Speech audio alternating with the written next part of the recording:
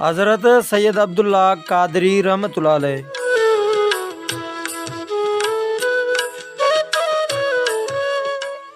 हज़रत सैयद अब्दुल्ला कादरी रहमतुल्लाह अलैह रूहानियत जे चश्मे मां फैज़ याफ़्ता ऐं आलिम रब्बानी हुआ। संदन ख़ानदानी लाॻापो गौसल आज़म पीरान पीर दस्तगीर शेख अब्दुल कादिर जिलानी रहमतुल्लाह अलैह जन सां हो। पाण गौसे पाक जन जे ख़ानदान मां आहिनि। संदन वालिद माजिद जो नालो सैयद अब्दुल जलील हो।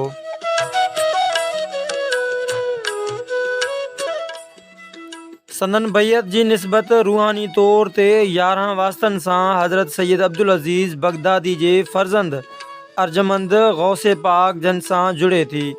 पाण दुनिया जो सैर सफ़र कंदा हिंदुस्तान आया। हिंदुस्तान में संदन अचण बाबति 2 रिवायतूं बयान कयूं वञनि थियूं। हिकु त संदन प्यारो पुटु हिन जहान फ़ना मां लाॾाणो करे वियो ऐं पाण उन्ही ग़म खे भुलाइण लाइ दुनिया जे सैर सफ़र ते निकिरी पिया ऐं ईअं घुमंदा फिरंदा हिंदुस्तान अची पहुता। ॿी रिवायत इहा ॿुधाई वञे थी त गौसे पाक खेनि हिंदुस्तान में मौजूदु औलिया अल्लाह शाह नियाज़ अहमद कादरी वटि मुरीद थियण ऐं खाइनि रूहानी फैज़ ऐं तालीम हासिल करण लाइ हिंदुस्तान मोकिलियो।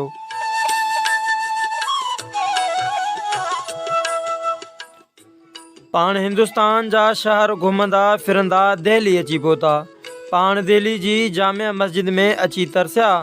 मस्जिद में रहण दौरान संदन इल्म ऐं रूहानियत जी ॻाल्हि तमामु घणी मशहूर थी वई। मिर्ज़ा जान जानान, ज़फ़र अली शाह, मीर फ़तह अली ऐं ॿिया आलिम अदीब वली ऐं अमीर तोड़े ग़रीब संदन शोहरत ॿुधी साणनि कचारी लाइ ईंदा हुआ। दिल्ली में कुझु अरसो रहण खां पोइ पाण हिंदुस्तान जे शहर रामपुर में आया।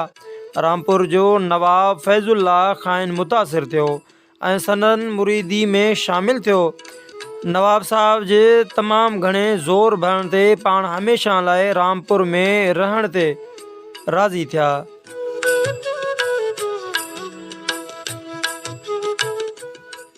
नवाब साहब खेनि आगापुर ॻोठ में जागीर गुज़र सफ़र लाइ ॾिनई।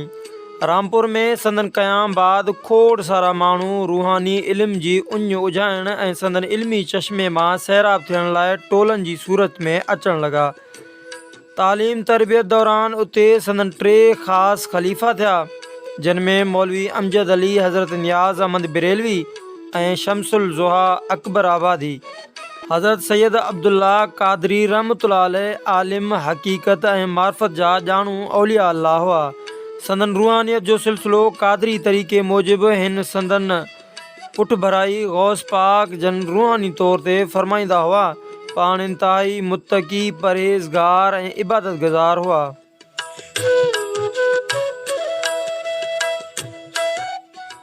दीनी दुनियावी ऐं रूहानी पाकीज़गी जे करे ई मथनि इल्हामी राज़ ज़ाहिर थींदा हुआ। वटन दौलत जा अंबार गॾु थी वेंदा हुआ, पर पाण पंहिंजे लाइ कुझु बि न बचाईंदा हुआ। पाण खुले हथ में खुलियल दिलि सां ग़रीबनि मिसकीननि मुसाफ़िरनि ते ख़र्च कंदा हुआ। संदन सखा समूरी हिंदुस्तान में मशहूर हुई। पाण रामपुर में मुस्तक़िल रहंदा हुआ, पर कॾहिं कॾहिं ख़ासि मुरीदनि ऐं ख़लीफ़नि जी दावतनि या दीनी ऐं दुनियावी कमनि सां जॾहिं बि रामपुर खां ॿाहिरि वेंदा हुआ त संदन अचण जो ॿुधी वॾा वॾा अमीर अमरा संदन सफ़र वारे डोली खे कुल्हो ॾियण लाइ ईंदा हुआ ऐं साणनि कुझु घणियूं सफ़र में गुज़ारण ते फ़ख़्रु महसूसु कंदा हुआ।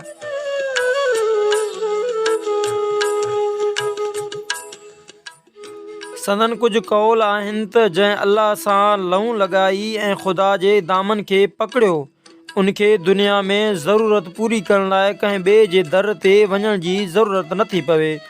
जेतोणीकि सब्र करणु ॾुखियो ऐं कड़ो अमल आहे, पर उनजो नतीजो सुठो ऐं मिठो निकिरंदो आहे। ख़ुदा सां मुहबत ऐं दिलि लॻाइण खां सवाइ रोज़ो नमाज़ कमु नाहिनि ईंदा।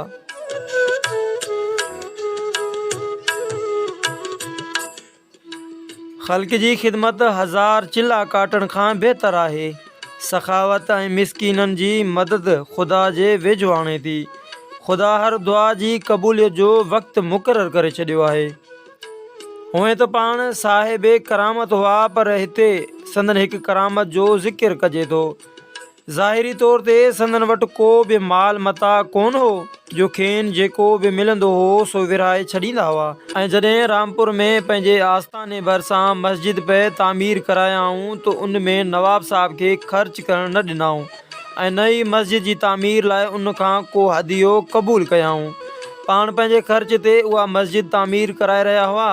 रोज़ानो शाम जो मज़दूरनि जी मोकल वक़्तु पंहिंजे मुसले हेठां पैसा कढे मज़दूरनि खे ॾींदा हुआ। हिकु मज़दूर जी दिलि में लालच पैदा थी। हुन सम्झियो त शायदि इन मुसले मुबारक हेठां को ख़ज़ानो आहे। सो राति जो हुन अची मुसले वारी जाइ ते ज़मीन खे खोटियो। काफ़ी हेठि खोटण बावजूद बि हुनखे को ख़ज़ानो न मिलियो त हुन खोटियल खॾ में मिटी विझी ज़मीन बराबरि करे मथां मुसलो विछाए छॾियो। ॿिए ॾींहुं शाम जो जॾहिं मज़दूर पंहिंजो कमकार ख़तमु करे पंहिंजे पोरे जा पैसा उगाइण हज़रत जन वटि आया त हज़रत जन मामूल मूजिबि मुसले हेठां हथु विझी पैसा कढी मज़दूरनि खे ॾियण लॻा ऐं उन मज़दूर खे जंहिं राति जो ख़ज़ाने जी लालच में ज़मीन खे खोटियो हो उनखे ॿीणी मज़दूरी ॾेई छॾियाऊं ऐं चयाऊं त तूं अॼु ॿीणी रक़म वठि जो राति बि तो मज़दूरी कई आहे ऐं ॾींहं जो बि पोरियो कयो अथई। मज़दूर उहा ॻाल्हि ॿुधी ॾाढो शर्मसार थियो ऐं हज़रत जन खां माफ़ी वरिताईं।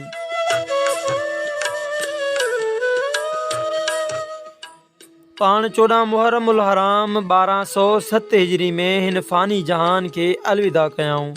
संदन मज़ार मुबारक अॼु बि रामपुर में रूहानियत जो मर्कज़ आहे।